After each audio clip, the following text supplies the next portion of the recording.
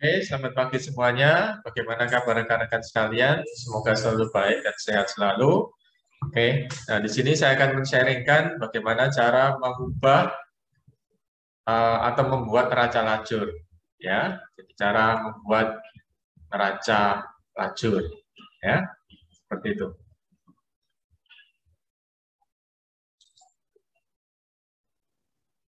Oke, ya. Jadi langkah pertama adalah kita harus melihat dulu bagaimana soalnya dan bagaimana neraca saldonya. Ya, jadi ayo kita lihat dulu neraca saldonya, ya seperti berikut.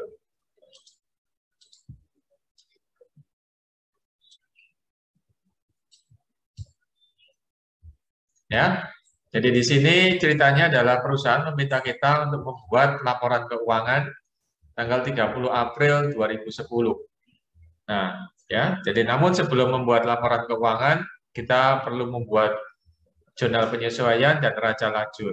Ya, nah namun dalam video saya kali ini akan terlalu panjang kalau saya bikin neraca lajur dan laporan keuangan, maka saya fokus pada video saya kali ini untuk membuat neraca lajur saja berdasarkan neraca saldo dan jurnal penyesuaian. Ya.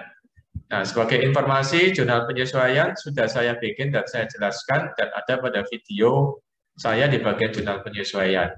Ya, jadi silakan dicari di situ, ya, gitu ya.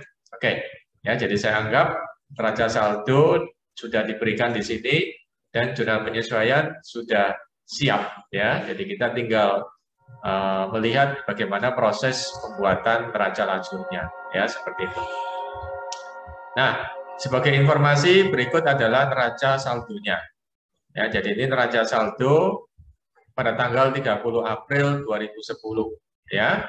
Kas senilai 4.200.000, piutang usaha 3.900.000, surat berharga 3 juta, perlengkapan kantor 600.000, asuransi dibayar di muka 900.000, tanah 18.500.000, hutang usaha kredit 1.570.000, pendapatan komisi diterima di muka 2.320.000, pendapatan konsultasi diterima di muka 9.460.000. Nah, di sini adalah usaha jasa.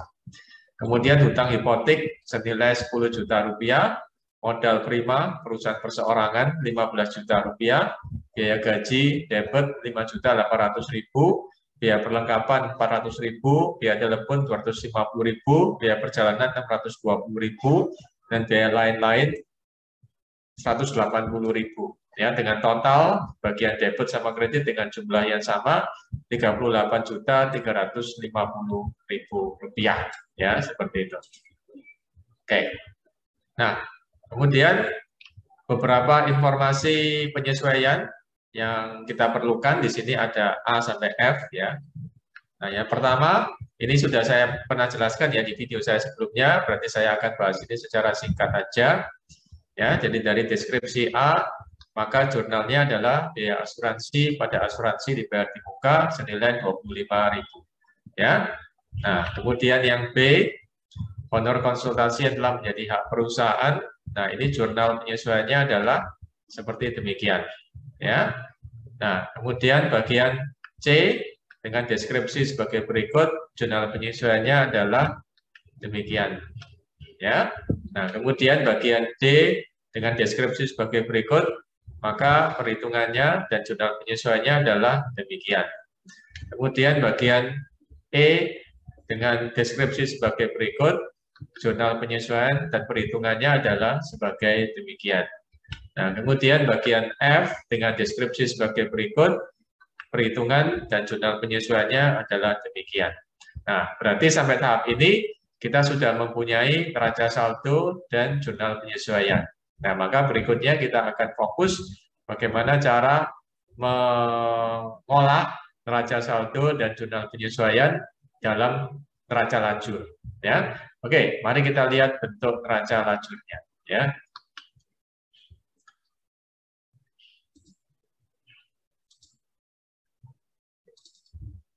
ya, ya. Jadi bentuk neraca lajur adalah seperti demikian ya, adik-adik sekalian. Ya, saya tampilkan di sini. Nah, ini adalah bentuk neraca lajur. Ya, jadi neraca lajur itu kita perlukan di antara pembuatan jurnal penyesuaian dan laporan keuangan. Jadi sebelum membuat laporan keuangan, maka baiknya kita membuat neraca lajur. Kenapa demikian? Supaya kita mendapatkan gabungan antara neraca saldo penyesuaian, kemudian ada satu kertas besar, yaitu namanya jurnal neraca lajur ini atau worksheet, sehingga pembuatan jurnal penyesuaian, sehingga pembuatan laporan keuangan tersebut jelas. Ya, jadi jelas ya. Jadi penggabungan antara neraca saldo digabung dengan penyesuaian, kemudian bagaimana prosesnya kelihatan dalam satu lembar layar itu, kemudian jadi laporan keuangan. Jadi tujuannya untuk minimalisasi kesalahan dan untuk melihat dengan lebih jelas. Ya, tapi saya rasa neraca lajur ini tidak diberikan ke pengambil keputusan ya. Pengambil keputusan cukup repot ya kalau harus baca neraca lajur ya, maka dia akan cukup baca laporan keuangan saja ya dalam bentuk yang lebih ringkas ya. Bagaimana kalau kita nggak membuat neraca lajur? Ya mungkin tidak apa-apa, tetap bisa jadi laporan keuangan, cuman kelihatan lebih jelas ya. Jadi kelihatan kalau ada kesalahan atau ada sesuatu yang perlu dipelototin ya, itu kelihatan lebih jelas. Jadi untuk minimalisir kesalahan juga.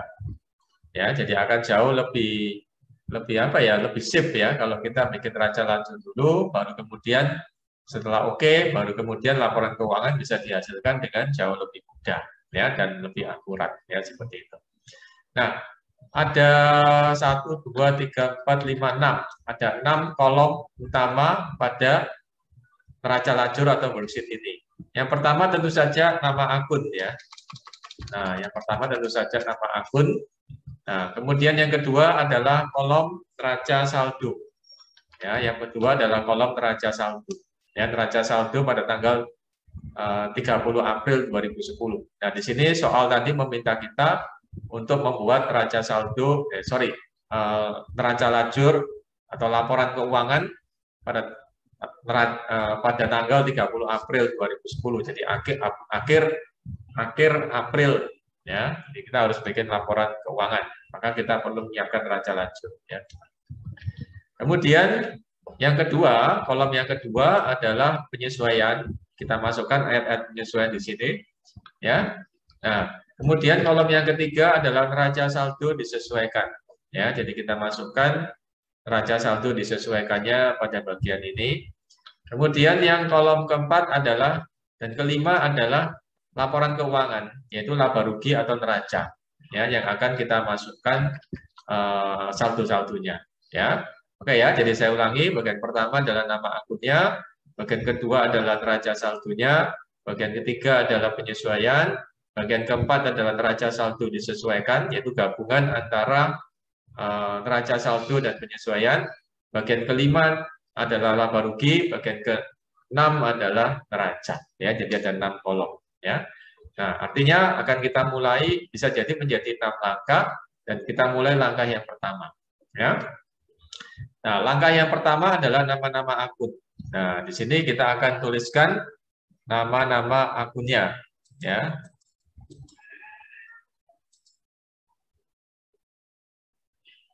Ya, jadi akan kita tuliskan nama-nama akun sesuai dengan soal tadi.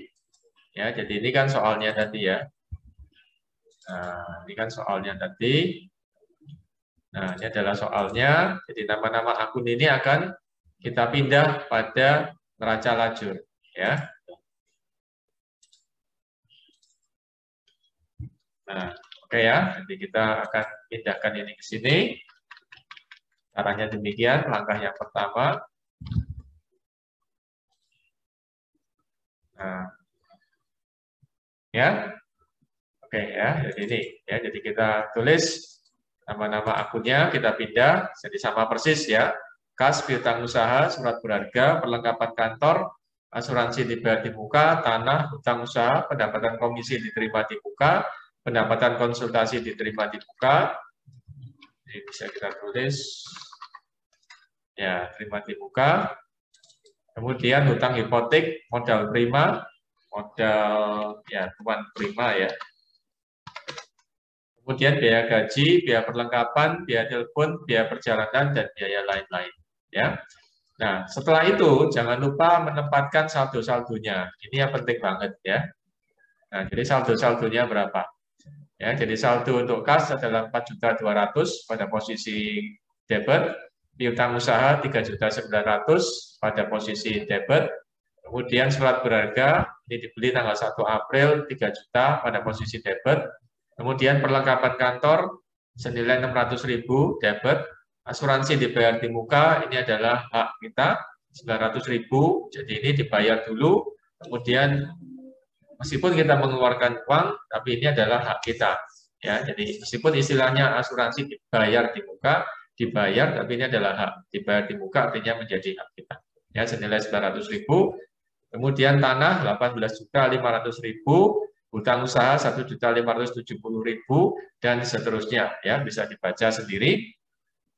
Nah, di sini jangan lupa kita harus sum. Ya, kita sum, kita jumlah berapa jumlahnya. Dan jumlahnya harus sama, harus balance. Ya, jadi dari awal jumlah neraca saldo ini harus balance. Ya, nah setelah kita hitung ternyata sisi kiri dan kanan itu adalah balance. Ya, berarti kita bisa teruskan ke bagian berikutnya, yaitu membuat jurnal penyesuaian.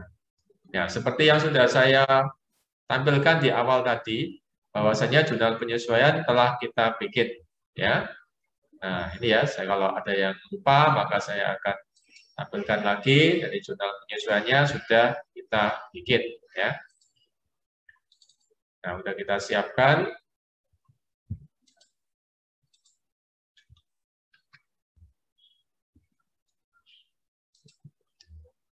Ya, ini tadi. Ya, nah, penyesuaian yang telah kita siapkan. Ya, oke. Nah, ini ya, jurnal penyesuaiannya sudah kita siapkan. Ini juga, B juga kita siapkan.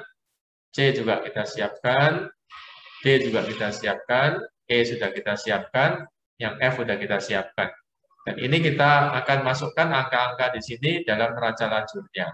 Ya.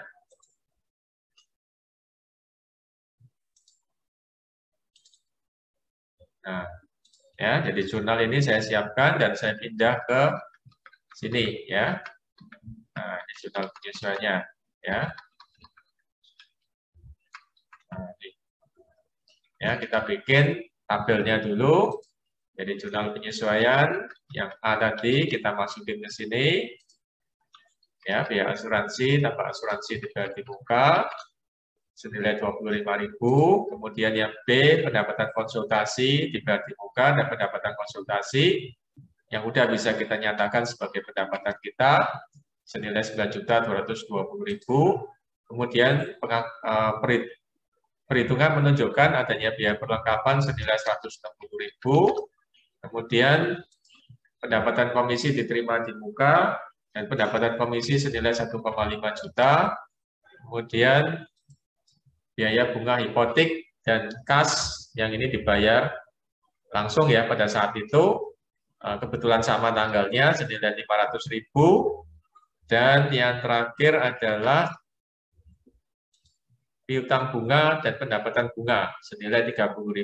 Nah, seperti biasa, ini juga harus kita jumlahnya, kita sum untuk memastikan bahwasanya sisi debit dan kredit adalah sama, ya. Nah, ya, sisi debit sama kreditnya adalah sama, ya. Oke, ini sebaiknya harus sampai bawah ya, jadi P22 ya. Ya. Nah, jumlahnya sama, copy, jumlahnya juga sama, ini harus sama ya. Nah, kemudian kita akan pindahkan ini satu demi satu dalam jurnal, dalam neraca lajur. Ya, jadi harus kita pindahkan ini satu demi satu dalam neraca lajur. Ya, kita harus pindahkan itu. Nah, ingat ketika kita masuki bagian yang kedua atau penyesuaian, maka kita harus masuk pada kolom yang kedua. Ya, ini saya kasih warna yang berbeda. Ya, kita harus masuk ke sini. Jadi, jangan kita otek-otek bagian yang pertama ini tadi. Ya, jangan kita ulik bagian yang ini tadi, ini sudah benar ya, sudah benar biarin. Nah, kemudian kadang di antara akun-akun yang ada di sebelah kanan ini mungkin ada akun yang belum tampil atau yang belum ada di sini. Ya, ya ada akun yang belum ada di situ, maka kita harus tulis dulu di sini. Ya, kita harus tulis dulu di sini. Nah, di sini ada beberapa akun yang nggak ada. Ya, nah, jadi akun-akun ada yang nggak ada di sini perlu kita tulis. Nah, yang nggak ada di sini adalah biaya asuransi, kemudian biaya perlengkapan, biaya bunga hipotek, ya, piutang bunga, pendapatan konsultasi, pendapatan komisi, dan pendapatan bunga. Nah, ini nggak ada di mana, nggak ada di sini, nggak ada di jurnal nggak ada di neraca saldo, jadi harus kita tulis, ya. Nah, langkah berikutnya adalah memindahkan masing-masing angka di sini. Ya, misalnya biaya asuransi pada asuransi dibayar di muka.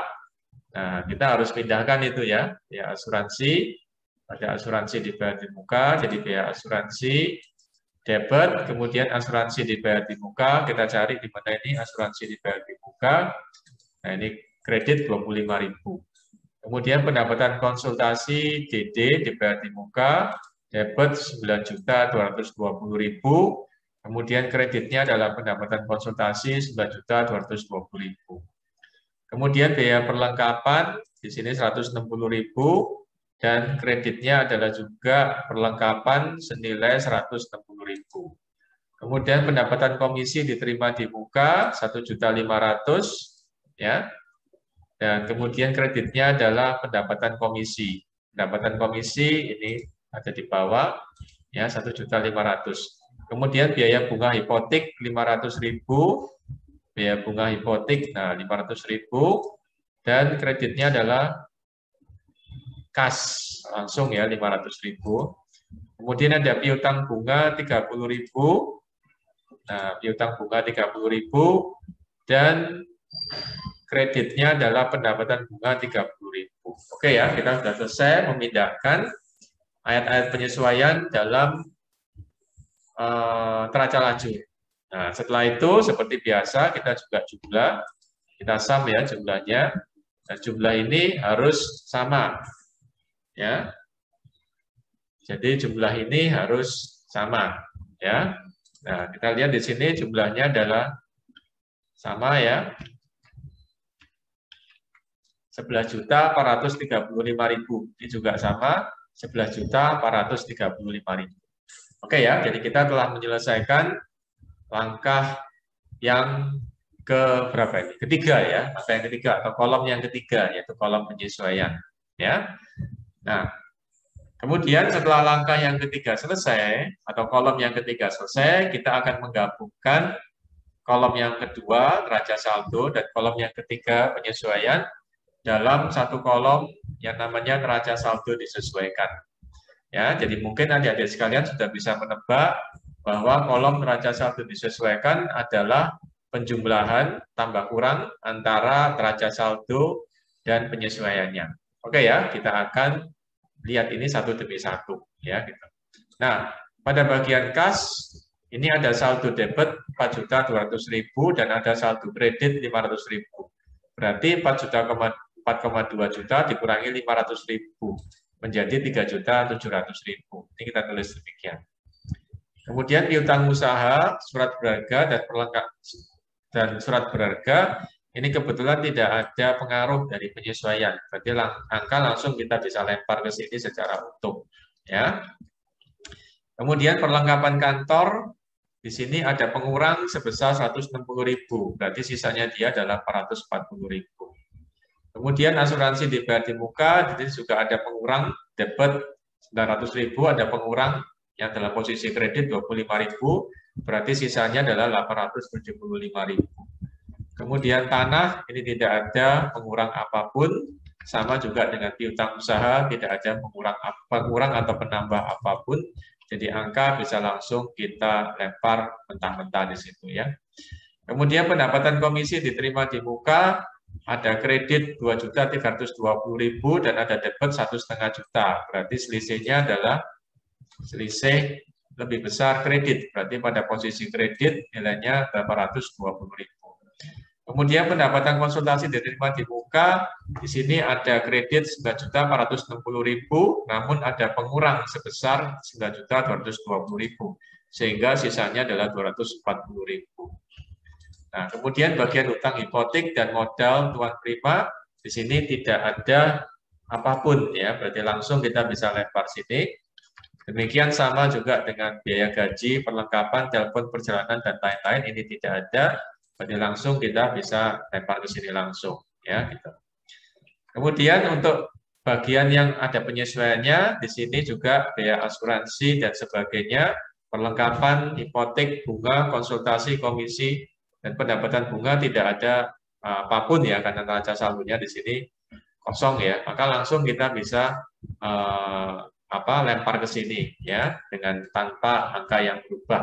Ingat, debit dan kredit juga harus sesuai ya, jangan sampai ketika adik-adik pindah debit kreditnya melenceng ya, maka pasti salah semua, ke belakang bisa salah semua ya, seperti itu ya. Seperti biasa harus kita total, kita sum dan pastikan jumlah di sisi kiri dan kanan adalah sama ya. Di sini sama 38.580.000 ya. Oke ya, itu langkah yang keempat, kolom yang keempat. Setelah masuk kolom yang keempat, kita langsung masuk sekaligus kolom 5 dan 6 ya. Jadi kolom 5 dan 6 ini adalah laba rugi atau neraca. Jadi jangan masuk dua-dua ya, harus salah satu. Nah, sebagai patokan ya, bagaimana cara kita membedakan? Nah, untuk bisa membedakan, maka kita perlu lihat namanya. Ya, jadi kalau nama itu adalah nama-nama biaya, ya biaya biasanya ya semua biaya itu adalah masuk ke laba rugi dan semua pendapatan. Jadi nama-nama akun yang ada kata pendapatan dan biaya itu biasanya masuk ke laba rugi. Tetapi hati-hati dengan pendapatan diterima di muka dan biaya dibayar di depan.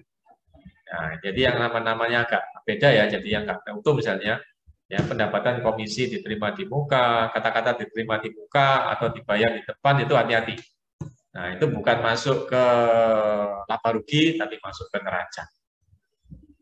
Ya, jadi saya berikan yang gampangannya seperti begitu ya. Jadi, oke ya, kita akan lihat satu demi satu. Nah, kita lihat di sini ada kas. Oh ya, satu hal lagi yang perlu diperhatikan. Nah, kalau adik-adik sudah masuk pada kolom neraca saldo disesuaikan, jadi angka-angka yang akan berpindah ke laba rugi dan neraca, sudah jangan lihat yang kolom penyesuaian dan neraca saldo lagi.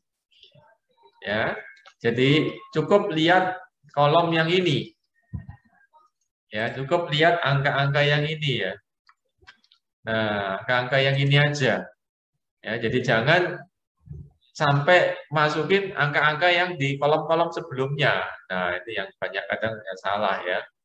Nah, jadi kita cukup lihat yang udah neraca saldo disesuaikannya. Jadi mungkin yang kolom neraca saldo dan penyesuaiannya mungkin bisa ditutup ya dengan free space ya, mungkin ya dengan seperti itu supaya nggak ganggu ya. Oke ya, langsung kita pindahkan di sini. Nah, di sini kita lihat akunnya adalah kas, piutang usaha, surat berharga dan sebagainya, asuransi dibayar di muka dan tanah. Ini langsung, kemudian hutang usaha, ya ini langsung masuk ke neraca. Nah, ini kita bisa masukkan langsung ke neraca. Ini punyanya neraca, ya. Nah, kemudian hati-hati dengan istilah diterima di muka. Diterima di muka, diterima di muka ini juga punyanya neraca. Karena ini adalah hutang, ya. Meskipun dia namanya adalah pendapatan, ada kata pendapatannya, tapi di sini adalah hutang, jadi masuk neraca. Kemudian ke bawah hutang hipotek, modal, ini semuanya adalah punya neraca. Ya, jadi punya kamarnya neraca. Berarti ini kita masukkan neraca semua, ya, seperti itu. Oke, ya. Nah, kemudian ada akun-akun biaya. Nah, di sini ya, akun-akun biaya. Nah, seperti yang sudah saya katakan tadi, akun-akun biaya sejauh itu bukan biaya dibayar di muka ya. ya, atau biaya dibayar di depan itu semuanya masuk ke laba rugi. Ya, jadi semuanya masuk ke laba rugi. Nah, itu patokannya ya, gampang-gampangannya aja ya, seperti itu ya. Nah, kemudian sini juga ada akun biaya asuransi perlengkapan biaya bunga. Ya, nah ini masuk laba rugi. Nah, ini masuk laba rugi. Nah, kemudian ada akun piutang. Nah, piutang berarti masuk neraca. Ya, piutang kita masukkan neraca pada posisi debit. Ya, dan kemudian belakangnya ada pendapatan lagi. Nah, ini masuk ke laba rugi untuk pendapatan jasa, masuk ke laba rugi posisi kredit. Nah, oke ya, jadi sampai tahap ini kita sudah memisahkan atau melempar angka-angka neraca saldo disesuaikan pada ruang yang benar. Apakah ruang neraca ataukah ruang laba rugi. Nah, ya, jadi setelah kita masukkan dengan benar angka-angka neraca saldo disesuaikannya, maka kita akan hitung berapa saldonya. Nah, ini bagian yang penting ya. Kita akan hitung berapa saldonya, ya. Nah, kita akan jumlah. Nah, untuk saldo di sini kita sum di atas ya, semuanya kita sum aja, langsung aja. Nah, ini semuanya kita sum ya. Untuk 4 sel ini kita sum. Nah, ternyata setelah kita sum secara tepat ya dan akurat, angkanya berbeda-beda. Nah, ini adalah satu hal yang wajar biasa. Ya. Nah, ini kita cermati dari misalnya dari yang laba rugi ini ya, dari debit kreditnya laba rugi, mana angka yang paling besar. Kita tulis di bawah ya. Jadi angka yang paling besar antara 7.935.000 dan 10.750.000, mana angka yang paling besar? Kita tulis di bawah. Yang paling besar adalah 10 juta. Nah, ya. Nah, demikian juga untuk yang neraca, mana yang paling besar kita tulis di bawah. Nah, ya, kita tulis di bawah. Nah, ketika kita sudah tulis di bawah, kemudian kita lihat ya. Jadi di sini misalnya 10 juta ya, kemudian bawahnya 10 juta, berarti kan kita tambah atau tambah 0 ya. Nah, tapi di sel H29 di sini yang atas 7.935.000, yang bawah adalah 10.750.000. Berarti ada selisih. Ya, jadi selisih berapa sehingga menjadi 10.750.000. Nah, ini bisa kita kurangkan ya. Jadi 10.750.000 bisa kita kurangkan dengan 7.135.000. Kita kurangkan. Ya, jadi selisihnya adalah 2.815.000. Demikian juga sama dengan sel berapa ini? Sel K29. Ini antara 27.630.000 menuju ke 30.445.000. Ini ada selisih. Selisihnya berapa? Nah, ya kita juga kurangkan ya, 30 juta sekian dikurangi 27 sekian. Selisihnya adalah 2.815.000. Nah, ini adalah yang namanya laba bersih. Nah, ya. Jadi ini yang namanya laba atau rugi bersih. Ya, jika dia pada posisi luar, ya, jadi laba rugi pada posisi debit dan neraca pada posisi kredit, maka itu berarti ada laba bersih. Dan jika pada laba rugi dia pada posisi dalam, ya, yaitu kredit, dan pada neraca pada posisi debit, maka adalah rugi bersih. Dalam hal ini, soal di sini posisinya adalah laba bersih. Kenapa bisa demikian ya? Kok bisa pas gitu ya? Bagaimana kalau angkanya nggak pas ya antara laba rugi sama neraca? Ya, jadi beda misalnya. Nah, berarti ini misalnya beda, angkanya beda. Nah, angkanya beda berarti salah, ada kesalahan. Ya, ini adalah salah satu sistem ya yang sangat sederhana dan simple meskipun tanpa komputer, nah, yang bisa menyeimbangkan, bisa meng-cross-check-kan. Ya, dan ini tampil juga sebagai angka laba atau rugi bersih. Ya, jadi kalau angka di sini beda, ya, ini berarti ada kesalahan. Jadi angka di sini harus sama. Ya, dan ini menunjukkan laba bersih. Ya, seperti itu. Sama belum berarti laporan keuangan adik-adik sekalian itu benar 100%. Tapi kalau beda pasti salah. Ya, seperti itu. Ya, ini adalah amazing-nya sistem akuntansi ya, yang bisa membuat seperti begini ya. Mungkin ada komen dari adik-adik sekalian atau yang pemirsa, kenapa ya kok bisa pas seperti begini ya, sistem ini bisa kepaskan seperti begini ya. Oke, saya rasa sekian aja sharing saya untuk kali ini, semoga nggak terlalu panjang ya, nggak terlalu panjang, akhirnya jadi boring ya. Nah, ya tentang bagaimana membuat neraca lajur. Ya, jadi sharing saya kali ini tentang bagaimana membuat neraca lajur dari neraca saldo dan penyesuaian. Ya, jadi ada 6 langkah ya. Langkah pertama adalah tentu saja menulis nama akun. Langkah kedua adalah menuliskan berapa saldo di neraca saldo. Langkah ketiga adalah membuat jurnal penyesuaian di kolom penyesuaian. Yang keempat adalah neraca saldo yang disesuaikan. Yang kelima dan keenam adalah kolom laba rugi atau bagian laba rugi, dan keenam adalah neraca. Oke, sekian dan terima kasih atas perhatiannya. Jangan lupa dukung channel saya dan semoga keterangan saya dapat memberi inspirasi dan menguatkan konsep akuntansi adik-adik sekalian. Karena kalau untuk akuntansi sebenarnya kita nggak perlu menghafal ya, asal konsep kita kuat ya, jadi logika kita kuat, kita nggak perlu menghafal ini ya, seperti itu. Dan saya rencanakan untuk video berikutnya saya akan bikin analisis laporan keuangan, laporan keuangan dan juga analisis laporan keuangannya. Ya, oke, sekian dan terima kasih. Salam sejahtera, sehat selalu. Ya.